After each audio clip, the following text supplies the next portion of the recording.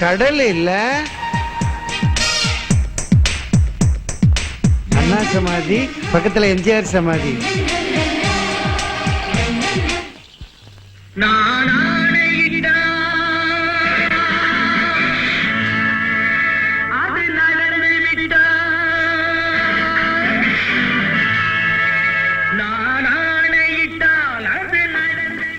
அரசம்பட்டி ஆண்டிப்பட்டி, இதுதான் எம்ஜிஆர் ஓட்டின காரு.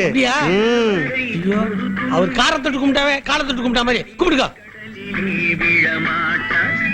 அப்படியே சோத்தாங்க இப்பக்கவா. ஐ ஆண்டிப்பட்டி, இதுதான் எம்ஜிஆர் உட்கார்ந்து இருந்த ஆபீஸ். அவர் போட்டிருந்த தொப்பி கூட வச்சிருக்காங்க. ஒரு கோயிலுக்குள்ள வந்த மாதிரியே இருக்குது. ஐ ஆண்டிப்பட்டி, இங்க பாரு, தலைவர் சித்தன கரலா கட்ட. அப்படியா கொடு. இந்தா இதையா தூக்கி சுத்துறாரு. உனக்கு பிடிக்காத யாரா சொல்லு, அவன் மண்டிலே போட்டலாம். ஐயோ தப்பு தப்பு, கொண்டா வச்சிடுறேன். இந்த தட்டு கிளாஸ்ல தான் எம்ஜிஆர் சாப்பிடுவாராம், இங்கதான் கை கழுவாரு. ஆண்டிப்பட்டி இப்படி திரும்பு. இங்க பாரு, இதெல்லாம் எம்ஜிஆருக்கு கிடைச்ச பரிசு. இங்க பாரு, அவர் வாங்கின கேடயம், அவர் வாங்கின கோப்பை.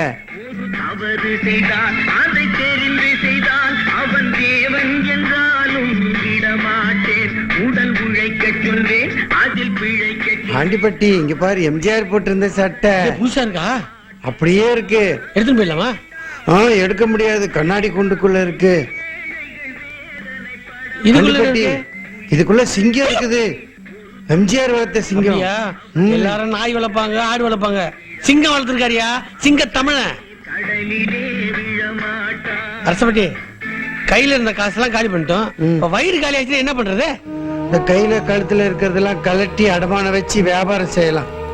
ஆனா ஒண்ணு, காசு இருந்தா மட்டும் ஒரு ஆள் பெரிய ஆள் ஆயிட முடியாது. உழைப்பவரே உயர்ந்தவர்னு நிரூபிச்ச தெய்வம் இவரு. இவர் முன்னாடி உழைக்கணும்னு நம்ம சத்தியம் பண்ணும். கரெக்ட்? ஆமா.